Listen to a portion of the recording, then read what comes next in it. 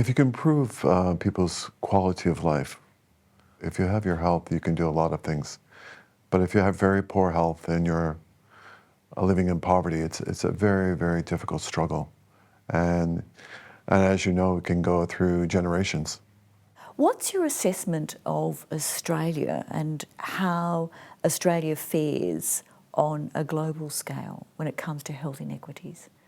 The issue of health inequity seems much more complex in Australia than in Canada, partly because Canada is an older country. Maybe it's evolved at a faster rate. It's about 100 years ahead.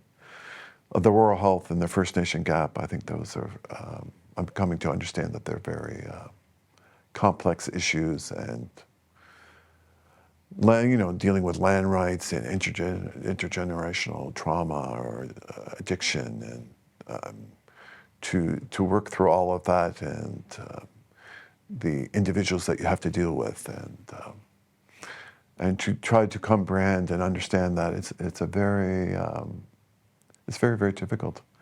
But the government is invested, and the Aboriginal Medical Services people that I'm working with, and then the people in rural communities there, they want to make, there's a lot of people that want to make change. So I see hope, and I see the willingness to invest in approaches that are evidence-based and that will benefit the community. So I think there's great hope for the future for Australia, but there's still incredible needs.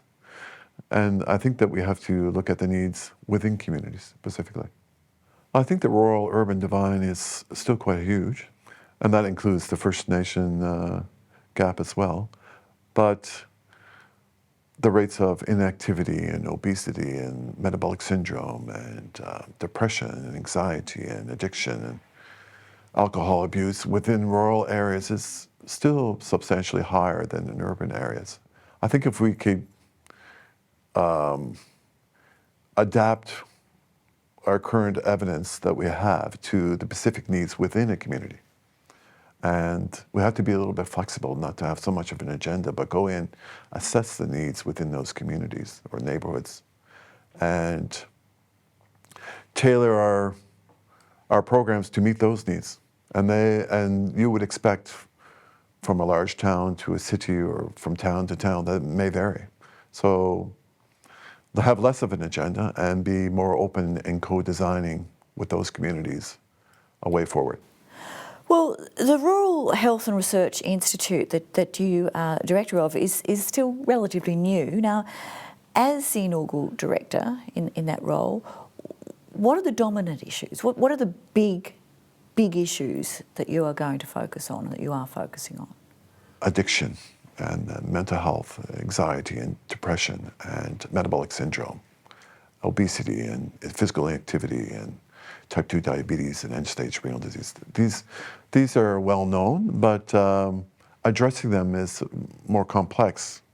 And unless we get within those neighborhoods and find out, why are you not using the services that we are providing, and get you to better understand the behaviors within those communities, I don't think that we can fully address the gap unless we do that.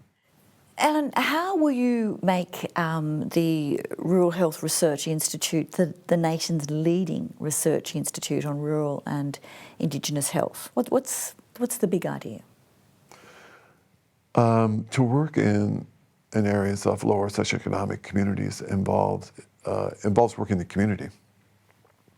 And that involves one hell of a commitment to rural communities and First Nation communities, which they desire. What would you say to broader Australia? Why this work is important?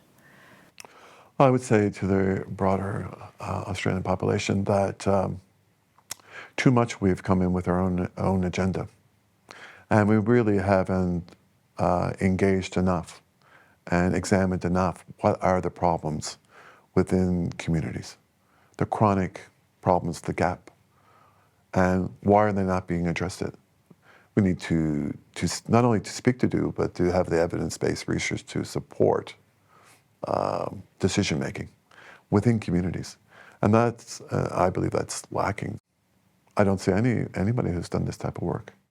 So what will success look like in 5 years and then in 10 years for the Rural Health and Research Institute at CSU? I think if we can address that rural gap and in a more holistic, positive way within communities, and we're partnering with the communities like no one has ever done before. So if we can go into community and say, you know, our lives are better, you know, we made some impact, we have made some improvement, and the government says, you know, we put money in this and it was well spent. I think that if we can make modest improvements in the next 5 to 10 years, I would be quite happy about that. Along the way, there will be a lot of roadblocks. So if you can maintain that hope and that vision, you can succeed.